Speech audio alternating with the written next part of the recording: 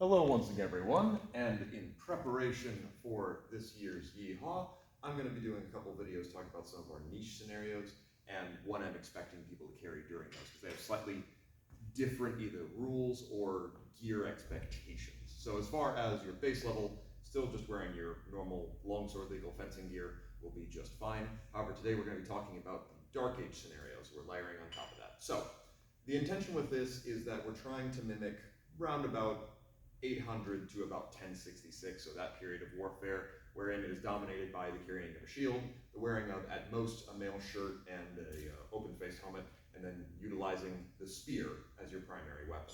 So let's talk about kind of what things I want people bringing. For one, this is our least armored scenario we've ever done.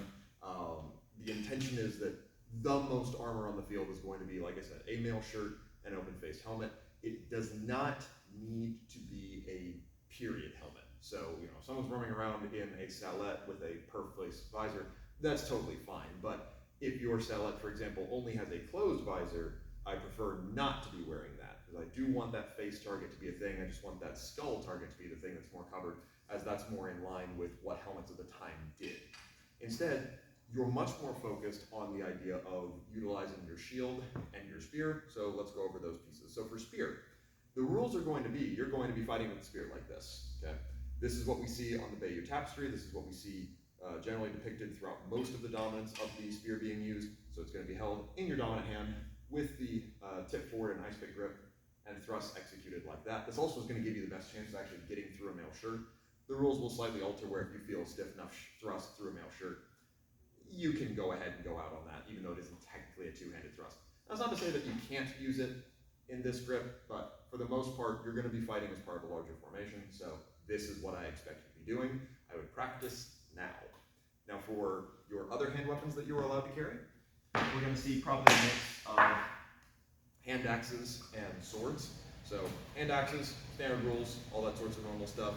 It's pretty convenient to carry one either in your shield hand as well or tucked in your belt, so nice and easy. For swords, I don't care about the furniture, so arming swords and stuff like this is totally fine. I'd like us to stay away from curved weapons though, so let's stick more toward the straight-bladed ones, and shorter would honestly be better. But again, for the most part, you won't be coming down to these a whole lot unless things have gone terribly wrong.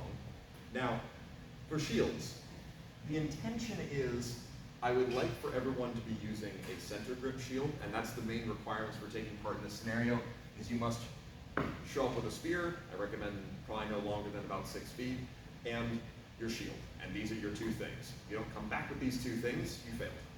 So center grip shield, in case you don't know, that's the idea of I have my hand here on a center grip. It is not strapped to me, which means that I can pivot. I'm currently holding a buckler, but what you would do is just basically size this up, and boom, you have a Dark Age shield. Now, there are a couple different shapes of that. There are squarish ones, there are teardrop shaped ones, all those sorts of things. Probably the most common shield we're going to see are round shields, and I'm totally cool with that and kind of want that.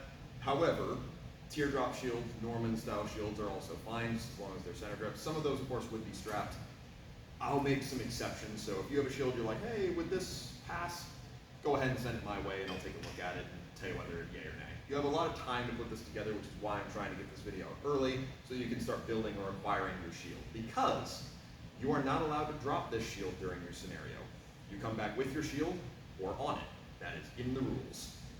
Now, if things end up where we can't get a hold of things, I might make some exceptions for stuff like targes. So small strap shields like this are still relatively within period. I mean, it's obviously a departure from the main thing, but seeing a skirmisher carrying something like this is not necessarily outside the realm of the possibility for what we're going for. So I might allow for some targes in the field, but again, my preference would be that we are going for center grip over strapped. What I don't want to see, even though probably a lot of people will have them, don't worry though, you might get to use them during the pike and shot, would be for things like steel rotella. And that's because it kind of clashes with everything we're trying to accomplish. It's not a natural material, and as well, it's relatively large shield that's strapped, so it does change things a little bit. It's more in line with later period, and just not quite what I'm going for. Maybe if we come back and do a Greek scenario. But the basic idea will be you'll be standing in your formations, you'll be fighting in your formations. There will be a couple people that are allowed to carry Dane axes and things like that. They will be picked out ahead of time from the ranks of our number 2s. and that's how it'll go. It's just meant to be, you're in that combat for a long period of time. Reading up on the write-up that I provided, there are certain periods where you are allowed to throw some of your weapons within reason, so you may wish to plot out possibly even carrying a second spear or a dedicated javelin. We'll kind of see how things go, but that is just a brief overview of what I expect, so go ahead and start building your kit accordingly. Otherwise though, thank you very, very much for watching. We will go over some other Yeehaw related business another time.